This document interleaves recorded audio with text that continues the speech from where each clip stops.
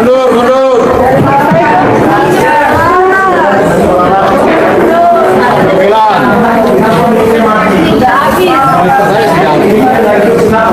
Senyum si Gibran.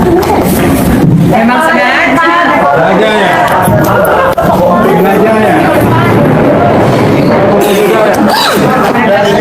Bapaknya mau ngomong dulu bentar ya. Ya, jadi ada peristiwa di mana KPU mengangkat kuasa baru yang jadi jaksa pengacara negara. Nah, saya keberatan kalau kuasa dilakukan dua-dua. Kan KPU udah nunjuk kuasa, sementara nunjuk juga kejaksaan. Itu menurut hukum acara tentang kuasa itu harus ditarik yang kuasa yang lama. Itu pasal 18, 16 KUH Perdata. Jadi setiap pengangkatan kuasa baru otomatis kuasa lama ditarik. Maka saya minta harus berlaku salah satu, yang jaksanya kah atau yang KPU-nya. Yang datang tadi siapa, Pak? Jaksa pengacara negara dan orang KPU. Apa kuasa hukum dari KPU? Ini kalau sampai double ya. Ini kenapa dari KPU kan juga institusi negara, apa permasalahan sampai kenapa jaksa hadir permasalahannya? Saya permasalahkan begini, karena ketentuan KUH Perdata bunyinya begitu. Siapapun yang menerima kuasa baru otomatis kuasa lama gugur, ditarik, gitu loh. Itu. Nah, itu teknik mengundur-undur itu, Pak. Nggak tahu deh, saya nggak bisa terjemah ini gitu ya. Berarti yang permasalahan sebenarnya jatuhnya lebih ke teknik ya. Iya, itu ada tendensi apa gitu. Kalau hukum acara itu harus tertib. Kalau nggak tertib bahaya. Nanti putusannya bahaya. Terus dia mewakili siapa kalau gini caranya? Ya kan? Tertib beracara itu hukumnya mutlak. Harus. Gitu. Dengan adanya ini, Pak, ini kan akhirnya diundur, maksudnya harus selanjutnya jadinya pemeriksaan sidang lagi nih, jadi bisa identitas lagi. Ini peristiwa ini baru. Saya juga belum pernah alami. Nah, mungkin ada penetapan dari majelis besok boleh atau tidak ada dua kuasa ini. Itu kayaknya. Dua kuasa ya? Iya, dua kuasa. Hakim bilang ini penambahan. Saya nggak bilang nggak bisa penambahan. Kalau penambahan itu dari internal KPU boleh. Tapi ini kan kejaksaan. Masa kejaksaan sama KPU tambahan? Itu kan yang berbeda itu. Ya kan? Pasalnya tadi pasal berapa, Pak? Pasal 18, 16 KUH Perdata. Hafal loh saya. Pengalaman Bapak kenapa tadi mic-nya mati? Waduh, nggak tahu deh. Pak, pengalaman Bapak kalau banyak kuasa gini berarti takut atau apa, Pak? Takut ya? Waduh, masa takut sih? Mau ngadapi saya kok takut. Upaya selanjutnya apa yang dilakukan dengan Pak Pala selanjutnya, Pak? Pada persidangan selanjutnya? Nunggu proses saja. Ikut proses sesuai hukum acara aja. Ya. Jadi ditunda minggu depan Senin juga? Minggu depan Senin juga, jam yang sama, ruang yang sama, mendengar putusan pengadilan ini. Boleh nggak pakai kuasa, dua kuasa gitu. Itu saja. Iya. Terima kasih, Bapak. Ya, oke. Ya. Mengingat kami sudah mendatangi Dikdasmen, ya, bertemu dengan Sekretaris Dikdasmen saat ini, ya, Dr. Eko Susanto, yang mengatakan bahwa Gibran hanya menyelesaikan 2 tahun di Orchid Park Secondary School, kelas 9 dan kelas 10. Ya, dia harus mengulang ke kelas 9 lagi, meskipun sudah lulus kelas SMP di SMP Solo, ya, SMP Negeri 1 Surakarta. Di Orchid Park Secondary School dia harus mengulang ke kelas 9, kelas 3 SMP lagi. 2 tahun di sana sampai kelas 1 SMA. Ya, hanya sampai kelas 1 SMA. Jadi tidak lulus SMA di Singapura. Masa Gibran nggak lulus SMA bisa jadi Wapres, dan 2029 saya selalu bilang, saya yakinnya ini orang pasti jadi presiden 2009 kalau rakyat nggak turun, jutaan rakyat nggak turun. Ya, kembali lagi ya pada rakyat. Saya rakyat biasa, kesini pun kami urunan, ya bro, urunan patungan naik hiace. Jadi nggak ada, ini memang murni kehendak rakyat, keinginan rakyat. Lu yang besar. Jadi fisik ini kok. Enggak, kan badannya besar. Jadi nggak tahu ya. Saya udah pada titik hopeless. Katanya cari keadilan di pengadilan. pengadilan untuk mencari keadilan. Tetapi ya, Gibran diadili di pengadilan enggak juga. Kemarin berkas-berkasnya digugat oleh Pak Subhan Palal. Terus mau kemana sih negara ini?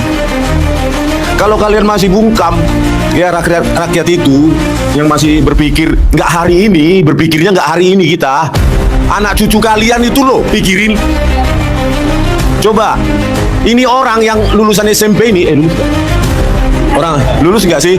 Nanti kita cek ke SMP Negeri 1 saudara. Yang pasti dia nggak lulus SMA, nggak punya ijazah SMA baik dalam dan luar negeri, dan sudah kita tulis dalam buku Gibran Endgame, Wapres tak lulus SMA, Januari kita publikasi launching besar-besaran, ya supaya masyarakat sadar, Termul pun bisa tobat. Bayangkan ini lulusan SMP nanti yang akan memimpin kita, hampir 300 mungkin 29 nanti. Hampir 300 juta dipimpin oleh ini orang dengan lulusan SMP. Halo, pengambil keputusan lulusan SMP yang sudah menjanjikan 19 juta lapangan pekerjaan. Masa omongan saya ini dikatakan Termul narasi kebencian sih? Apakah saya harus menjilat baru saya dibilang nggak membenci? Nggak tahu ini. Ya rakyat, kalau zamannya Pak Amin Rais bisa reformasi digerakkan. 2026 Wapres Gibran yang tidak pernah lulus SMA baik dalam maupun luar negeri, tidak memenuhi syarat minimal SMA yang diatur dalam Undang-Undang Pemilu kita, maka resolusi kita 2026 adalah memakzulkan Gibran. Rakyat harus turun, people power dengan cara damai dalam masa yang banyak. Kita harus bergerak 2026. Rakyat bergerak, turun semua, ratusan ribu sampai jutaan orang untuk meminta Oke, halo teman-teman, kembali lagi bersama saya di channel ini. Salam NKRI harga mati. Teman-teman, sobat-sobat semuanya dimanapun Anda berada, pada kesempatan kali ini teman-teman kita diberikan sebuah cuplikan video yang sangat menarik. Tentunya teman-teman ini menjadi sebuah pemahaman bagi kita dalam menilai perjalanan politik yang cukup luar biasa, dan memang pada dasarnya perjalanan politik dan dinamika-dinamika yang terjadi di dalam permainan politik ini sulit untuk ditebak. Kadang lawan bisa jadi teman, teman pun bisa jadi lawan, tergantung kepentingan dan keuntungan. Disitulah mereka akan berpihak. Nah, pada kesempatan kali ini teman-teman, salah satu anak muda yang cukup tangguh dan luar biasa, artinya memiliki wawasan dan ikut mengambil bagian untuk menyampaikan apa yang menjadi isi hatinya, isi hati nuraninya, dia sampaikan ke publik supaya kita masyarakat biasa tidak termakan dan tidak terkecoh dengan isu-isu yang lagi trending dan hot saat-saat ini teman-teman. Tidak lain dan tidak bukan adalah Ferry Irwandi. Teman-teman, kalau kita berbicara Ferry Irwandi, saya yakin di benak teman-teman adalah orang yang begitu kritisi dan kerap kali ya mengkritik pemerintahan. Beliau salah satu tombak utama dalam menjalankan bagaimana kepentingan rakyat. Dia begitu peduli kepada rakyat Indonesia, melihat rakyat ditindas, melihat rakyat dimiskinkan, melihat hak-haknya rakyat dirampas, ya, dicuri oleh mereka pejabat-pejabat yang tidak dapat bertanggung jawab dalam hal ini. Ferry Irwandi menjadi garda terdepan untuk memberikan alarm terhadap mereka pejabat-pejabat negara yang kerap kali mencari keuntungan di atas penderitaan rakyat Indonesia. Perlu kita menyadari bahwa memang apa yang diingatkan oleh Bung Ferry Irwandi ini adalah supaya kita mengetahui bagaimana seluk-beluk perjalanan geng Solo. Geng Solo ini tentunya ada pemimpinnya, ada paling atasnya.